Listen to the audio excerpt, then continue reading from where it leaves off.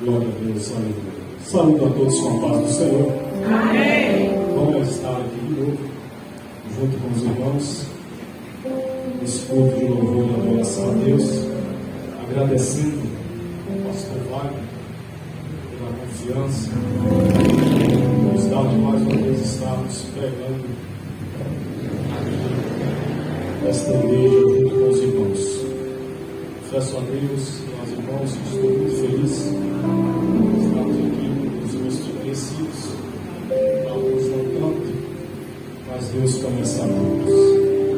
Meus queridos, trago a saudação do nosso pastor Josué de Melo, meu pastor, Assembleia de Deus, Castelo de Madeira. E sempre quando o pastor Wagner me convida, eu nunca digo sim de imediato. Falo, pastor, eu vou falar com o meu pastor, se ele me liberar em mim. Isso é algo que tem que estar no coração de todo obreiro, todo servo de Deus.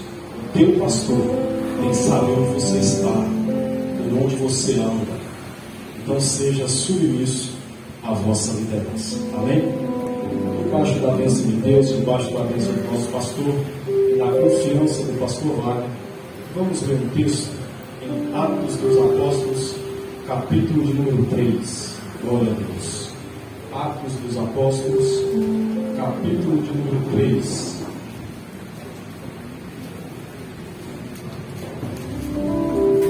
Glória a Deus.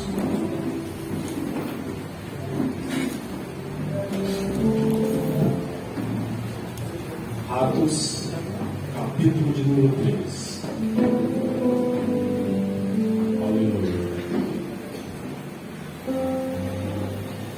Quem achou de galeno? Amém. Glória a Deus.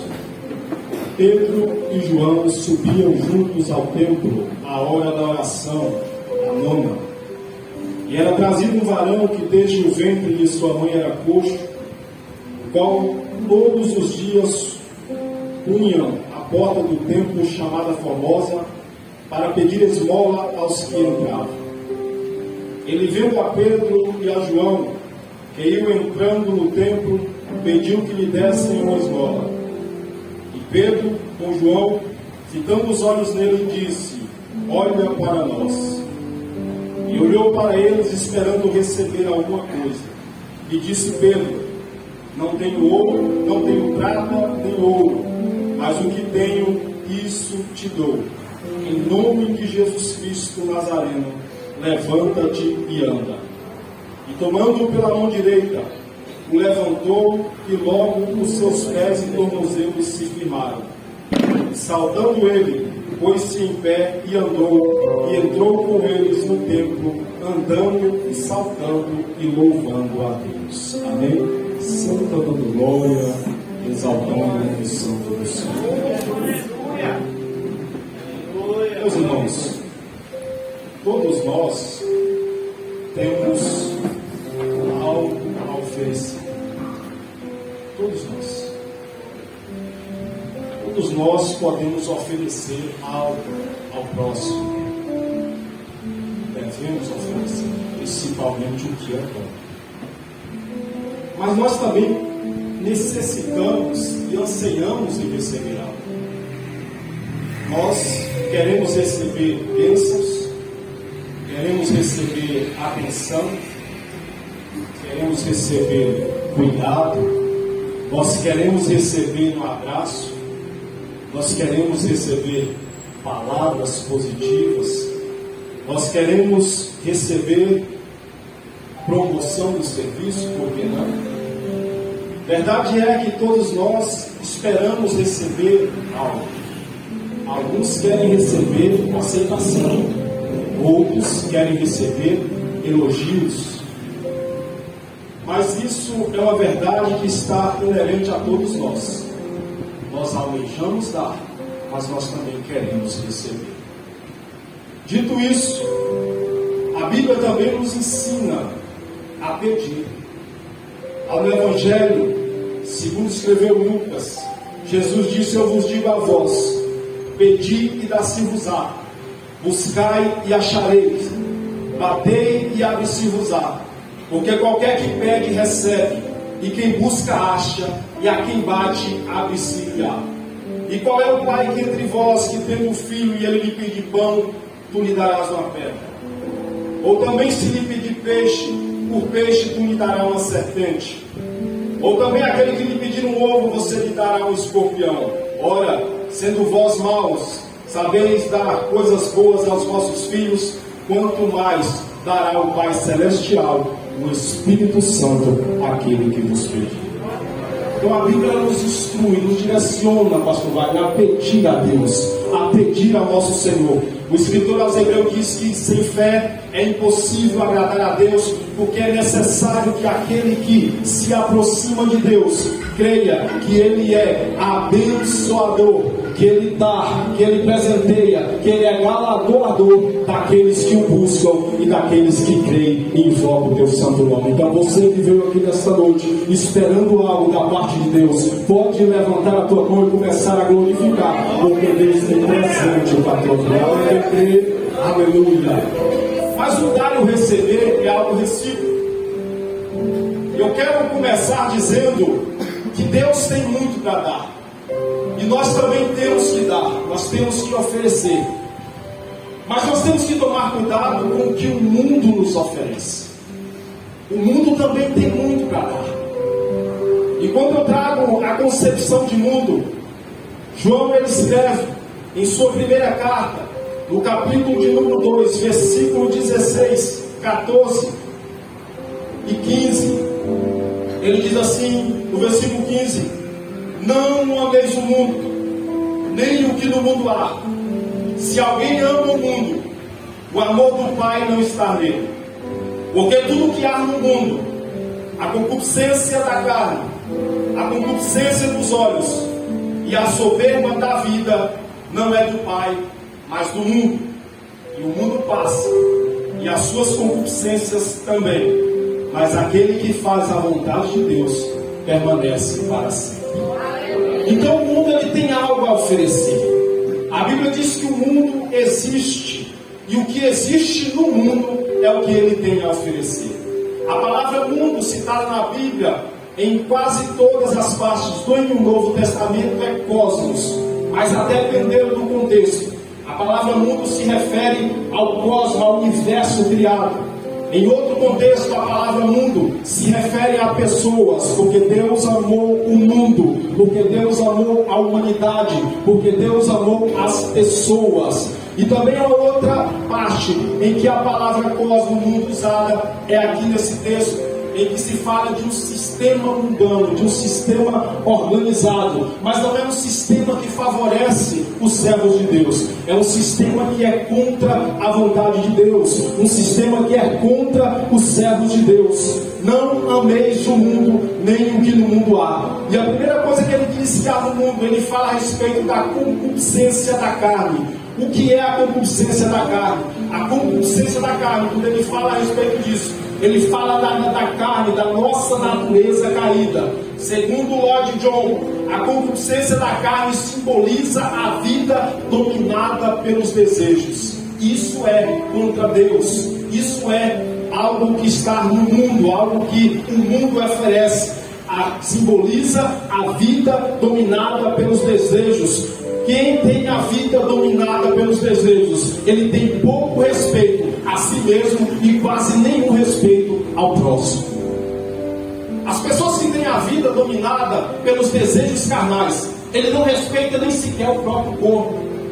Ora, a pessoa que tem a vida dominada pelos desejos carnais, que tem a vida dominada pelas concupiscências da carne, que está no mundo, que é do mundo, que é inerente ao mundo, ele não respeita nem sequer a própria pessoa, não se respeita nem o seu próprio corpo.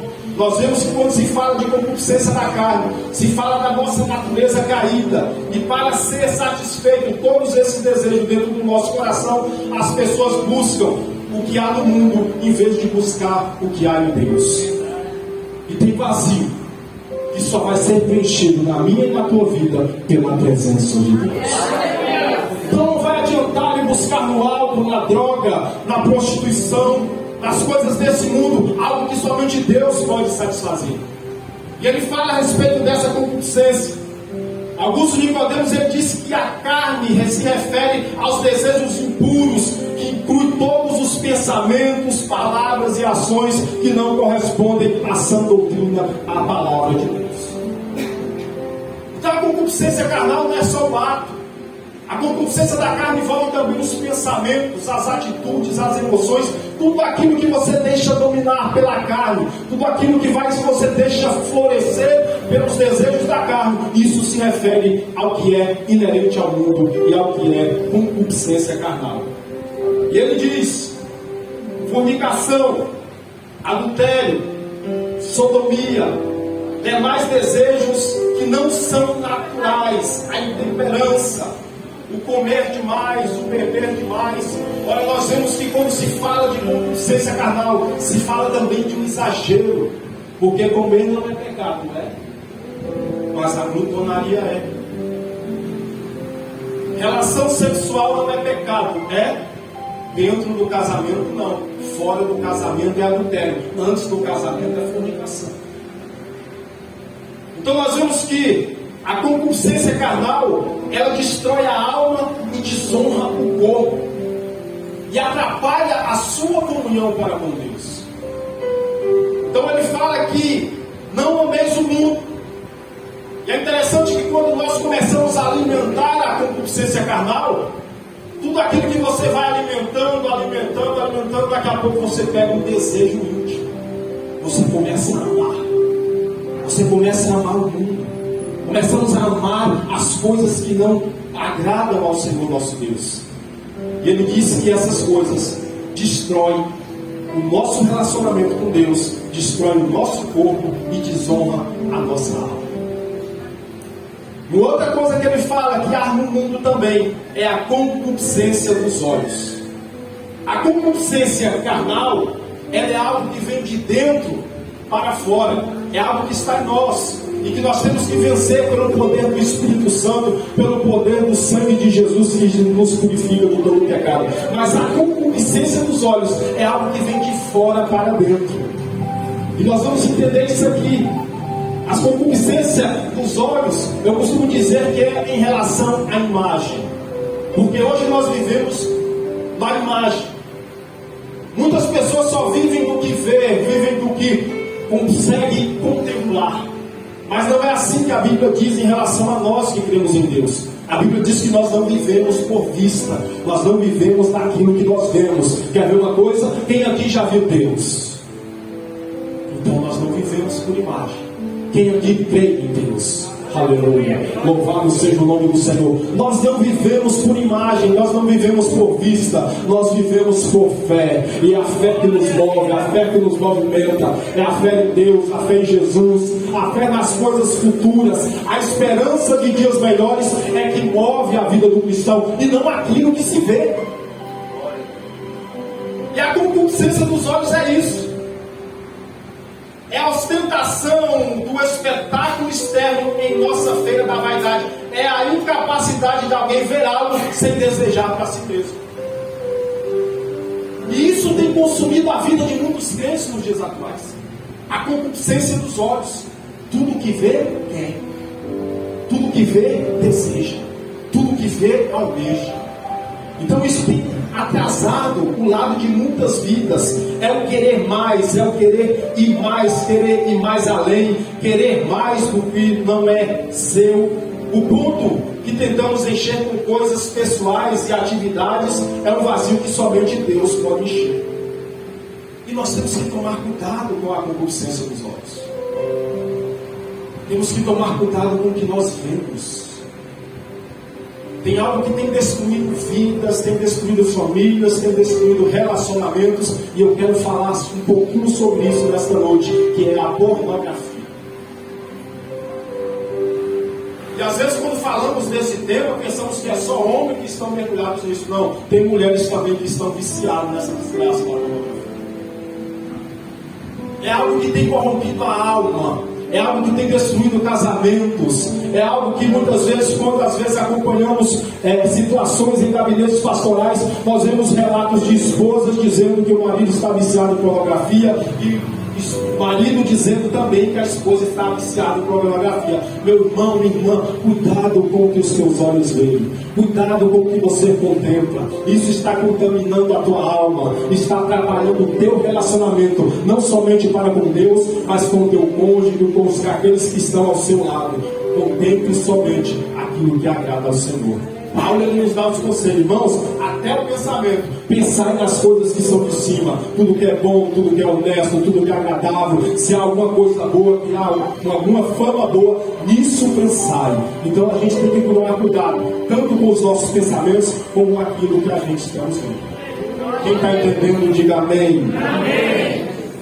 E é interessante nós tomarmos cuidado com o que vemos, porque Eva, ela caiu olhando demais para o fruto, pastor. Começou a olhar demais para o que era proibido. Começou a contemplar demais e de repente lá estava ela, comendo do fruto. Quando nós olhamos para o sobrinho de Abraão, Ló, ele olhou para as campinas do Jordão e viu aquela paisagem verde, tudo verde. Olhou pelo outro lado, estava meio que seco, mas ele olhou para as campinas do Jordão, tudo lá, e foi montando tenda, e de repente estava dentro de Sodoma e Gomorra. Quando nós olhamos para a história de José, a mulher de Potifar começou a olhar, era a imagem, era o José que atraía, de repente estava lá ela atracando o mancebo, querendo algo que era proibido. Então nós temos que tomar cuidado com tudo aquilo que nós contemplamos, tudo aquilo que os nossos olhos veem. Comece a purificar a tua visão, comece a purificar o que você vê, comece a filtrar, aleluia, o que você vê nas ruas, na internet. Lembra de Davi? Quando Davi viu Betseba, aleluia, ele adulterou com ela e a espada não saiu da casa de Davi. Meus irmãos, não nos enganemos, de Deus ninguém se zomba, tudo aquilo que o homem plantar, ele vai colher. Então cuidado com seus olhos, se eles nos fazem tropeçar, o evangelho é até mais extremo, arranca eles. Mas aqui fala, tira os teus olhos daquilo que te faz tropeçar, daquilo que te faz cair, aquilo que te faz perder a tua comunhão com Deus. Tira os teus olhos disso, porque é melhor você entrar no céu caolho do que o seu corpo inteiro ser lançado no inferno. O outro autor que fala é a respeito da soberba da vida. E a soberba da vida, a palavra que descreve soberba aqui é alazoneia. Essa palavra só aparece aqui no texto de 1 João capítulo 2 e também em Tiago capítulo 4. O soberbo ele é alazon. O grande filósofo Aristóteles, ele usava essa palavra alazon para definir o homem que atribui a si mesmo qualidades dignas de louvor que ele não tem. É o cara que se acha. É o alazon. É o alazoneia do grego. É soberba, vanglória, com coisas externas, se vangloria com riqueza, se vangloria com status sociais. Eu estive ministrando uma aula hoje pela manhã e nós estávamos falando a respeito da submissão e a respeito da humildade. Jesus disse: aprendei de mim, que sou manso e humilde de coração, e encontrareis descanso para as vossas almas. Jesus lavou os pés dos discípulos. E Pedro, não entendendo, queria recusar-se a ter os pés lavados. Jesus disse: olha, você não entende agora, mas você vai entender depois. O que Jesus quer que o teu povo entenda, aleluia, é que o servo não é maior do que o seu Senhor. Se Jesus veio e serviu, você também tem que servir. Se Jesus veio e não se ensoberbeceu, você tem que permanecer humilde, aleluia, servindo a igreja, servindo ao próximo, servindo a Deus. Tem glória para Jesus aí, está difícil, meu irmão. Tem que servir. Então a soberba da vida é ofuscar os outros com aquilo que é passageiro. E por onde a gente anda, a gente encontra muitas pessoas soberbas. É só eu que louvo bem, é só eu que prego bem, eu sou o melhor. Soberba da vida. Coisas do mundo, coisas que não é inerente à casa de Deus, ao reino de Deus, aos filhos de Deus. E aí João ele fala uma coisa, ele faz uma relação de tudo isso com o reino de Deus. Ele fala, é tudo isso. A concupiscência da carne, a concupiscência dos olhos e a soberba da vida. Tudo isso é o que há no mundo. E tudo que há no mundo é passageiro. E ele diz, aquele que faz a vontade de Deus, esse sim permanece para sempre.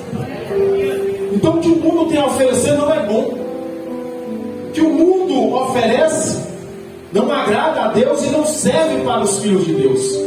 Mas eu quero em contrapartida trazer para vocês o que Jesus oferece. Quando Jesus ele chega a essa terra e começa o seu ministério, a primeira mensagem de Jesus, ele diz assim, arrependei-vos, porque é chegado o reino dos céus. E lá no Evangelho de Lucas, no capítulo 19, versículo 10, diz assim, o Filho do Homem veio buscar e salvar o que se havia perdido. A primeira coisa que Jesus te oferece é a salvação. Glória a Deus. Salvação. No livro de Ezequiel, no capítulo 34, ele diz assim, buscarei as ovelhas perdidas, trarei de volta as que se desviaram, enfaixarei as que estiver ferida, e cuidarei da recuperação da fraca. Contudo, todas apacentarei com justiça e com carinho. Louvado seja o Senhor. Jesus veio para salvar o que se havia perdido. Isso é o que Jesus oferece. Jesus oferece salvação. Então, por que está no mundo que oferece tantas coisas ruins e não está aos pés do Senhor, que a primeira coisa que Ele tem para te oferecer é salvação? E Ele diz assim, na sua palavra, essa declaração é fiel, digna de toda aceitação, que Jesus Cristo veio ao mundo, aleluia, que Cristo veio ao mundo e para que o mundo fosse salvo por Ele. Então Cristo Ele trouxe salvação para o mundo. E esse mundo aqui é para mim e para você, é para as pessoas, aleluia. E Jesus oferece, irmãos, salvação, mas não somente salvação, Ele oferece a filiação de filho. A palavra de Deus diz lá em João, capítulo 1, versículo 10 ao 12, porque todos os que são guiados pelo Espírito de Deus, esses são filhos de Deus. Lá no Evangelho de João diz que Ele veio para o que era seus, e os seus não receberam, mas todos quantos o receberam, deu-lhes o poder de serem feitos filhos de Deus. Então todos aqueles que creem em Jesus, esses são filhos de Deus. Jesus dá este poder para aqueles que o aceitam como Senhor, para aqueles que o aceitam como Salvador. E se nós somos filhos, a palavra de Deus diz que nós também somos herdeiros, herdeiros de Deus, herdeiros de todas as bênçãos celestiais em Cristo Jesus. E Jesus nos deu a filiação a Deus, por sermos chamados filhos de Deus. É interessante que muitas pessoas que não conhecem o Evangelho, mas ainda costumam dizer, todos nós somos filhos de Deus. E é errado. Somente recebe a filiação de filho aquele que aceita a Cristo. Se não aceitou a Cristo, não é filho de Deus, é criatura de Deus, não tem parte com Deus, não tem herança de Deus, não tem purificação no sangue pelo sangue de Cristo, pois todos são somente filho, aqueles que aceitam o Filho de Deus. Estes sim são aqueles que têm a herança de Deus. Quem está entendendo? Aleluia. Deus, todos os que são guiados pelo Espírito de Deus, estes são filhos de Deus. Porque não recebeste o espírito de escravidão para outra vez estar em temor, mas recebeste o espírito de adoção de filhos, pelo qual clamamos Abba, Pai. Esse mesmo espírito que com o nosso espírito testifica que nós somos filhos de Deus. Aleluia. E juntamente com a filiação de filho, Ele nos concede a outra bênção, que é o teu Espírito Santo. Aleluia. E quem tem o Espírito Santo avança. Quem tem o Espírito Santo vence. Quem tem o Espírito Santo prossegue, aleluia. A Bíblia diz que nós temos a mente de Cristo, aleluia. Quando fala que nós temos a mente de Cristo, é o poder do Espírito Santo de Deus nos renovando, nos capacitando e transformando a nossa alma, o nosso caráter, o nosso entendimento, o nosso comportamento, para que para que nós possamos chegar à estatura de varão perfeito, assim como o nosso Senhor é. Então veja, Jesus nos dá a salvação, Jesus nos dá a filiação de filhos, Jesus nos dá o teu Espírito Santo, nos dá a herança dos céus, aleluia. E porque nós somos filhos, Ele nos enviou aos nossos corações o teu Espírito Santo. Mas diante de tudo isso, do que o mundo oferece, que não é bom, do que Jesus oferece, que é bom demais, eu lhe pergunto, o que você tem a oferecer? O que você pode oferecer? A Bíblia diz que nós somos um corpo. Sendo um corpo, nós somos membros uns dos outros. E cada membro tem a sua função. Para que esse corpo esteja bem ajustado, a Bíblia usa uma expressão que nós temos que estar uns com os outros. E a primeira coisa que nós podemos oferecer uns aos outros, que eu quero trazer, é consolo. 1 Tessalonicenses capítulo 4, versículo 18 diz assim: consolai-vos uns aos outros com estas palavras. Coisa linda, maravilhosa é quando você chega perto de alguém desconsolado e ele tem uma palavra de consolo para ele. Mas tem pessoas que destronam, pastor. Tem pessoas que querem o palco, que querem a primazia em todas as coisas. É interessante que tem pessoas que querem tanto o primeiro lugar, que até na desgraça ela quer o primeiro lugar. Quer ouvir? Tem pessoa que você chega e fala: rapaz, eu estou com uma dor nas costas. Ele fala: essa dor sua não é nada. Aí eu estou no primeiro lugar. O meu é 3 ervas de pix, disso, 5 pix de papagaio, eu estou com o estou na primazia até na desgraça. Você chega, irmão, estou com dor de cabeça. Ah, tu está com dor de cabeça? Você quer ver a minha? Uma enxaqueca que não para. Meu Deus, irmãos, seja humilde. Tem crente que quer o primeiro lugar em tudo. Consolai-vos uns aos outros com palavras boas, palavras de ânimo. Chega alguém com a dor: irmão, eu não sinto essa dor não, mas o meu Jesus é bom, e Ele vai curar sua enxaqueca, vai curar sua hernia de disco, vai curar seu problema na coluna. Consolai-vos uns aos outros com palavras boas. Isso é função de crente. Romanos 12:10 diz: amai-vos cordialmente uns aos outros com amor fraternal, preferindo-vos em honra uns aos outros. E esse amor aqui é um amor sacrificial. É um amor que se dá. Não é um amor só de palavras. Porque o verdadeiro amor ele é com palavras e com atos, com atitudes. O verdadeiro amor também envolve ação.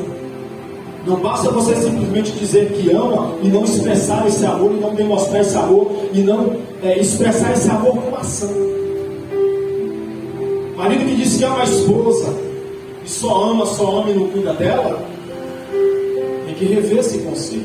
A esposa que diz que ama o marido, os pais que dizem que amam os filhos, o amor é com ação. E é com esse amor que Deus nos amou. Deus amou o mundo de tal maneira que deu, olha a ação de Deus, Ele deu o seu único filho, para todo aquele que nele crê, não pereça, mas que tenha a vida eterna. Então ame com ação, não ame somente com palavras, mas ame com gestos, ame com ação. Demonstre o teu amor agindo. Então amai-vos cordialmente uns aos outros. Você tem consolo para oferecer, você tem amor para oferecer. Ofereça consolo, ofereça amor. A Bíblia diz antes, meus irmãos, Efésios capítulo 4, versículo 22, Antes, sede uns para com os outros benignos, misericordiosos, e aqui vem, perdoando-vos uns aos outros, como também Deus vos perdoou em Cristo. Se tem algo que tem faltado no meio dos irmãos, no meio da igreja, é o tal do perdão. Quantas pessoas têm deixado de receber bênçãos? Têm perdido a sua comunhão para com Deus por causa do perdão, da falta de perdão. E é interessante que essa questão de perdoar nós levamos muito superficialmente, que se você vir entregar a oferta aqui na igreja e você tiver intriga com seu irmão, olha o que Jesus disse: uma oferta agora não, segura aí, vai lá, se reconcilia com o seu irmão, peça perdão para ele, depois vem e traga a sua oferta. É algo muito importante. A oração do Pai Nosso diz: Pai, perdoa as minhas ofensas, assim como eu tenho perdoado aqueles que têm me ofendido. Perdoai-vos uns aos outros, como Cristo vos perdoou. E o que mais me chama a atenção, eu quero usar de forma figurativa aqui. Imaginemos que a nossa dívida para com o Pai é algo incalculável, mas permitam-me conjecturar com vocês. Imagine que o presbítero Edson devia 5 milhões. Eu não tinha como pagar. O meu credor chegou assim e falou: olha, Edson, a sua dívida está perdoada. Glória a Deus por isso. E de repente o pastor Wagner me devia 5 reais. E eu não perdoei essa dívida. Isso é só um comparativo de 5 milhões para 5 reais. Esses 5 milhões é a tua dívida que tu tinha para com Deus. E esses 5 reais é aquela ofensa que o teu irmão fez para contigo. A tua dívida de 5 milhões está perdoada.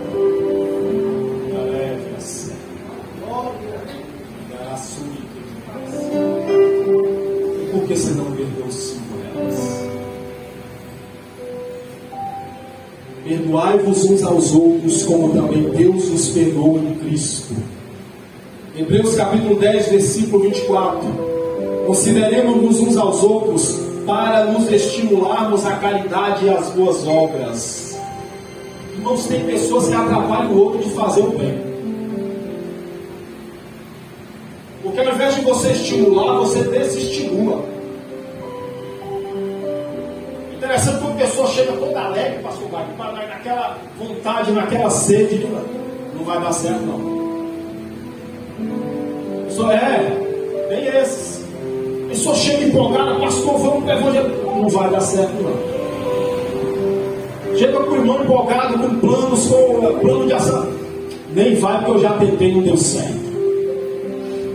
Irmão, o que a Bíblia diz aqui é que nós temos que estimular, principalmente ser algo do bem. Consideremos uns aos outros para estimularmos a caridade, as boas obras. Então, se o irmão ou a irmã está querendo fazer uma boa obra, estimule ele, incentive ele, fala: olha, vai dar certo, Deus é contigo, o Senhor vai te abençoar. Estimule o seu irmão e a sua irmã. Palavras. O que você tem a oferecer? Pedro e João na porta do templo. Tem ouro aí? Não. Tem prata aí? Também não. Eu, cidadão, feio, olha aqui para mim. Eu não tenho ouro e nem tenho prata, mas o que eu tenho, eu te dou. Observe que ele deu do que ele tinha. E você está cheio de Deus para dar para mim. Você tem que estar cheio de coisas boas para doar, para abençoar, para falar com alguém. Então doe, abençoe. E olha o que ele diz: pelo que exortai-vos uns aos outros e edificai-vos uns aos outros, como também o fazeis. E esse exortar aqui, meus irmãos, é algo que tem que ser feito com sabedoria. Porque se eu ver o meu irmão indo para o caminho da perdição, É função sua exortá-lo. Deixa fazer biquinho, deixa ficar de cara feia, mas por ser cristão, tu tem que dar uma palavra de exortação. Não vai por aí que esse caminho é perigoso. Não vai por aí que isso aí vai te levar à ruína. Olha o que diz a palavra do Senhor. Olha o que o Senhor nosso Deus diz. Então a exortação faz parte também dos uns aos outros. O edificar uns aos outros envolve a exortação. Aliás, a Bíblia diz que a palavra de Deus ela é proveitosa também. Toda escritura divinamente inspirada, ela é apta, ela é proveitosa para instruir, para exortar, para edificar e para consolar. Então, se você tem uma palavra de exortação, exorte. Exorte com sabedoria. Exorte como espiritual. Mas exorte, não deixe o seu irmão cair, não. Seja uma atalaia de Deus. O atalaia é aquele que vem vindo na ruína e fala: ei, está vindo, está chegando. Ele grita sobre os muros. Então fale com seu irmão, fale com sua irmã, com carinho, com respeito, com cuidado, mas exortai-vos uns aos outros. Amém, meus irmãos? Amém. Com toda a humildade e mansidão, Efésios 4:2, esse aqui eu amo. Com toda a humildade e mansidão, com longanimidade, suportando-vos uns aos outros. Aleluia. Esse suportar é difícil. Porque muitas vezes eu não vou com a tua cara. Muitas vezes está vendo o irmão Nilson, eu vou com a cara dele. Estou citando o Nilson e Mário, que são meus amigos. Irmãos. Mas a Bíblia diz que tem que suportar.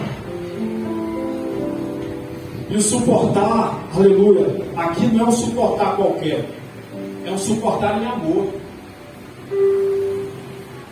Porque tu acha que tu calando os eirinhos do jeito que tu é, birrenta do jeito que tu é, Deus te suporta por quê?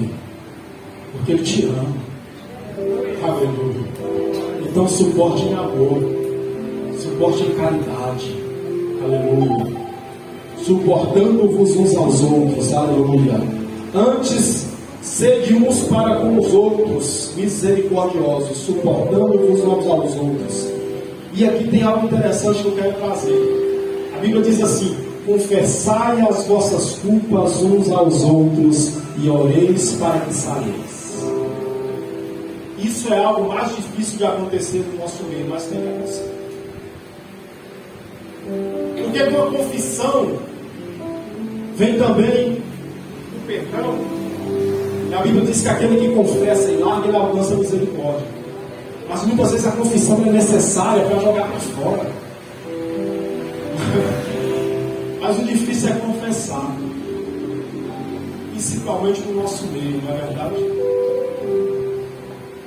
Porque você pode confessar hoje com o irmão Edson, vou usar minha pessoa aqui, e amanhã a congregação inteira está sabendo que eu pecado.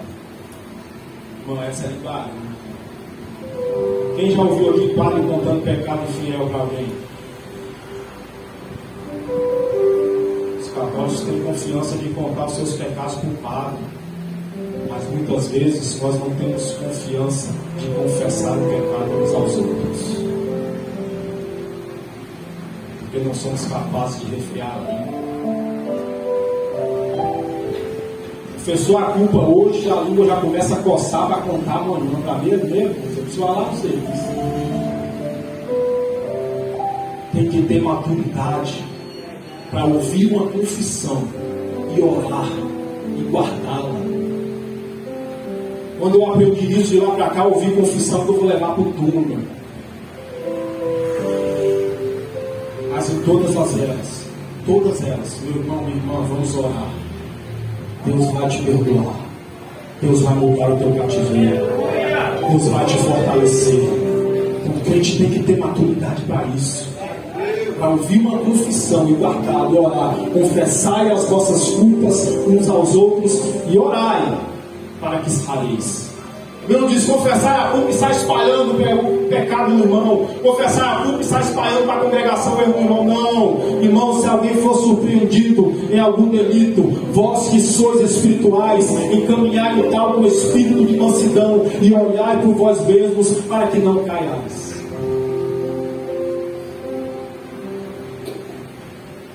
Então dê um ombro amigo, ofereça um ombro amigo. Ofereça um momento de psicólogo para ouvir uma confissão, para ouvir um desabafo. Nós somos a igreja de Cristo. Nós somos o povo mais sábio dessa terra. E sabe por quê? Porque nós aprendemos com o Senhor. Nós aprendemos com o nosso Deus. E acima de tudo, revistam-se do amor que une todos nós em perfeita harmonia. Permitam que a paz de Cristo governe o seu coração, pois como membros do mesmo corpo, vocês são chamados para viver em paz. Segui a paz com todos e a santificação, sem qual ninguém verá o Senhor. Então tenha paz. Siga a paz com o teu próximo. Siga a paz com o teu irmão. Siga a paz com Deus. Siga a paz com o teu vizinho. Está difícil, mas procure. Paulo ele ainda é mais enfático. Se possível, siga a paz com todos. Mas siga a paz. Se santifique para Deus. Ofereça o que você tem de melhor. Você não tem ouro, você não tem prata. Mas o que você tem, você pode dar. Amém? Deus abençoe a todos em nome de Jesus. Eu deixo essa palavra, mas eu quero orar por você e pela tua família. Fique de pé. Louvado seja o Senhor.